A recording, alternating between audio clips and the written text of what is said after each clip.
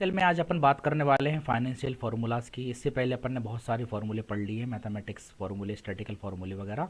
आज अपन बात करेंगे फाइनेंशियल फंक्शंस की, है ना। इनको फाइनेंशियल फंक्शन या फिर फाइनेंशियल फार्मूलाज भी कह दिया जाता है। इस कैटेगरी के जो फंक्शन होते हैं उनका उपयोग वित्तीय कामों में होता है। जैसे जो लोग होते हैं वित्तीय सेवाओं से जुड़े होते हैं उनके लिए ये फंक्शन काफ़ी उपयोगी होते हैं। जैसे कि कोई अगर लोन अमाउंट है, कोई पैसे का अमाउंट है तो उसका ब्याज जोड़ना, इंस्टॉलमेंट निकालना, मूलधन निकालना, ब्याज दर पता करना, लोन अमाउंट आदि पता करना, ये सारे काम करने के लिए आपको इन फार्मूलाज की आवश्यकता पड़ने वाली है। तो ये कितने प्रकार के होते हैं, कुछ होते तो ये बहुत सारे हैं, लेकिन कुछ जो मेन कैटेगरी टाइप के हैं, है ना, उनको अपन आज यहाँ पर लेकर के आए। सबसे पहले जैसे कि पीएमटी है, आईपीएमटी है ना, पीपीपीएमटी, हर एक का अपना एक अलग काम होता है। तो इन सभी को अपन एक एक करके यहाँ पर आज पढ़ने वाले। तो आज अपन शुरू करेंगे पीएमटी फॉर्मूला से, जो कि हमारा फाइनेंशियल फंक्शन है। ये एग्जाम की दृष्टि से भी बहुत इंपॉर्टेंट है, पेपर में भी ये आता है ना, कि किन्हीं 5 फाइनेंशियल फंक्शंस को समझाइए, है ना। किसी को मान लीजिए हो सकता किन्हीं 5 को बोल दे, या फिर हो सकता कि कोई 5 स्पेसिफिक आपको दे दे, तो आपको वो 5 वहाँ पर लिखना पड़े। तो लिखना कैसे है, समझाना कैसे, एक्सप्लेन कैसे करना, यूज़ कैसे करना, आउटपुट विंडो कैसे बनानी है, ये सारा कुछ आज अपन देखने वाले हैं। तो आगे बढ़ते हैं। इसमें आज अपन बात करेंगे पीएमटी की। जैसा मैंने कहा, इसका फुल फॉर्म होता है पेमेंट टर्म्स, ठीक है। पेमेंट टर्म्स को जो है अपन हम लोग अपन जानते हैं इसको, उसको अपन ईएमआई के नाम से जानते हैं, फिर मंथली इंस्टॉलमेंट के नाम से जानते हैं, ठीक है। इसको इक्वेटेड मंथली इंस्टॉलमेंट कहा जाता है, अपन इसका फुल फॉर्म होता है। लेकिन जो बैंकिंग क्षेत्र होता है वहाँ पर इसको पेमेंट टर्म्स के नाम से संबोधित किया जाता है। ये इसका फुल फॉर्म है, ठीक है। इस फॉर्मूले का जो यूज़ है, हमारे द्वारा बैंक आदि से लिए गए लोन की मंथली इंस्टॉलमेंट यानी कि ईएमआई, जिसको अपन पेमेंट टर्म्स के नाम से जानते हैं, को निकालने के लिए करते हैं। हमारे द्वारा पे की जाने वाली जो किस्त होती है उसमें मूलधन और ब्याज दोनों शामिल होता है। मतलब जो अपन अमाउंट देते हैं ना, उसमें कुछ मात्रा में मूलधन होता है, कुछ मात्रा में ब्याज होता है, दोनों एक साथ अपन देते हैं, उसको इंस्टॉलमेंट बोलते हैं, जिसका टोटल किस्त के रूप में अपन पीएमटी फॉर्मूले के द्वारा प्राप्त कर सकते हैं। इसके लिए हमारे पास कुछ प्रॉपर डेटा होना आवश्यक है। मतलब अगर अपने को ये फॉर्मूला यूज़ करना है और वो प्रॉपर जानकारी बाहर निकालनी है, तो उसके लिए अपने पास कुछ 3 चीज़ें होना बहुत आवश्यक है। जैसे अपने को इंटरेस्ट रेट उस पार्टिकुलर लोन अमाउंट का पता होना चाहिए, लोन अमाउंट पता होना चाहिए कि टोटल अपने को कितना मिला है या कितना मिलने वाला है। आप कितने ड्यूरेशन के लिए आप ले रहे हो, मतलब इन मंथ या ईयर आप ले सकते हो कि कितने समय के लिए आप ले रहे हो। इतना सारा कुछ अपन इस फॉर्मूले में डालेंगे तो अपने को पता चल जाएगा कि अपनी इंस्टॉलमेंट मंथली क्या बनने वाली है, ठीक है ना। तो उसका सिंटैक्स क्या रहेगा ये आपको एग्जाम में लिखना पड़ेगा। तो सिंटैक्स इसका पीएमटी है, रेट देना पड़ेगा, एन पर देना पड़ेगा, पीवी देना पड़ेगा, एफवी और टाइप देना पड़ेगा। यहाँ पर ये सिंटेक्स कहलाता है। आर्ग्यूमेंट क्या होता है, जो उसके अंदर अपन चीज़ें दे रहे हैं, है ना। विथ फॉर्मूला नेम जो होता है उसको सिंटेक्स बोला जाता है, लेकिन आर्ग्यूमेंट फॉर्मूले के अंदर का जो भी मटेरियल है उसको बोला जाता है। यहाँ पर ब्रैकेट बंद करना था स्मॉल वाला, वो किया नहीं है, आप कर लेना।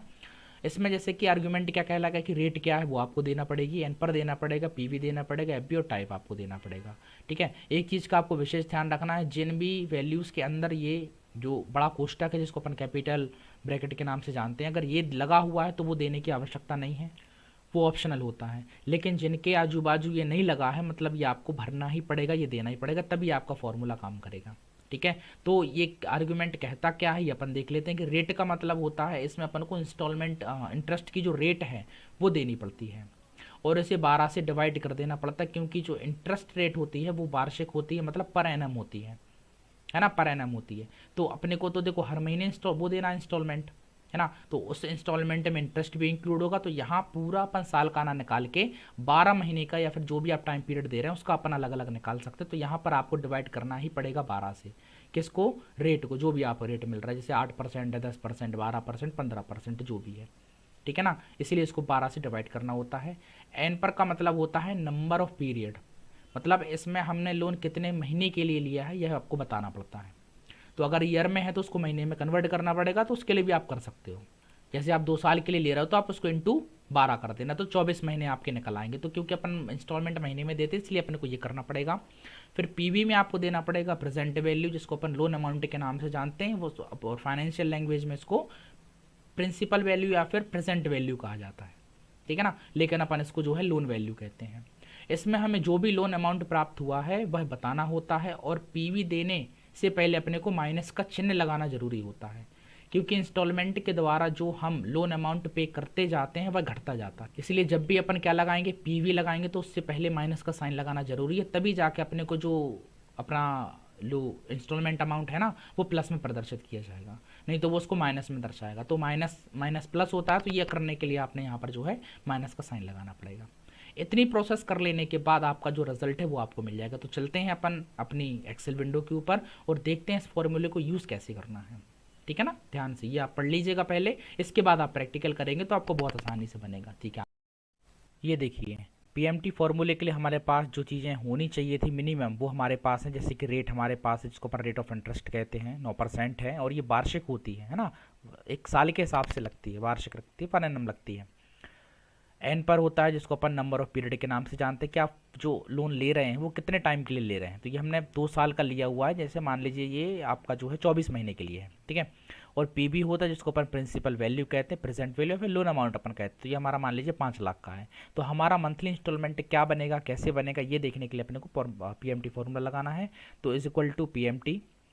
अब जैसे इसके अंदर जाओगे तो देखिए वही आर्ग्यूमेंट आपको मिल रहा है सारा का सारा, कि आपने रेट देना है, एन पर देना है, पीवी देना है, एफपी देना और टाइप देना है। कि अपन एफबी और टाइप देना आगे चल के सीखेंगे। अभी अपन जो इंस्टॉलमेंट है वो कैसे निकालते हैं वो देख लेते हैं। तो रेट क्या दे रखी है आपको, 9% है। आप ये वाला सेल सेलेक्ट कर लीजिए। इसको डिवाइड तुरंत आपने करना है 12 से, क्योंकि अपने को मंथली चाहिए। ठीक है, ये वार्षिक दे रखी है इसने, तो मंथली चाहिए, तो डिवाइड बाय 12 आपको कर देना तुरंत। फिर क्या मांग रहा है आपसे, देखिए एन पर मांग रहा है, नंबर ऑफ पीरियड कितने महीने के लिए ले रहे हो आप। अगर आप डायरेक्टली महीने दे रहे हैं 24 तो आप उसको इंटू मत करिएगा 12 से। अगर आप ईयर दे रहे हैं जैसे 2 साल के लिए तो इंटू आप 12 कर दीजिएगा, बात ही की है।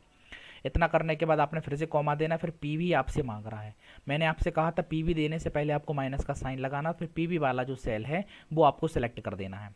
इस प्रकार से ब्रैकेट को आप बंद करेंगे और एंटर करेंगे तो आप पाएंगे आप जो इंस्टॉलमेंट देने वाले हो वो लगभग इतना है, 22,842.37 पैसे, है ना। इसको अपन नॉर्मल जो है नंबर में भी यूज़ कर सकते हैं, अपने जो रुपए फॉर्मेट होता है उसमें भी अपन यूज़ कर सकते हैं। तो इसको अपने हिसाब से यूज़ कर लेना है कि अगर आपको 5 लाख रुपए का लोन मिल रहा है 2 साल के लिए 9% के इंटरेस्ट रेट पर, तो आपको हर महीने इतना पे करना ही पड़ेगा। समझ रहे हो बात को, इतना तो आपको जो है करना पड़ेगा, देना पड़ेगा।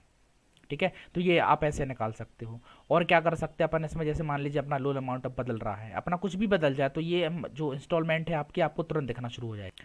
जैसे मान लीजिए अपन रेट ऑफ इंटरेस्ट जो है यहाँ पर चेंज कर दें, मान लीजिए अब आपको 8% से नहीं मिल रहा, आपको 9% से मिल रहा है, तो देखिए वैल्यू बदल गया, आपको 22,613.65 पैसे आपको देना पड़ेंगे।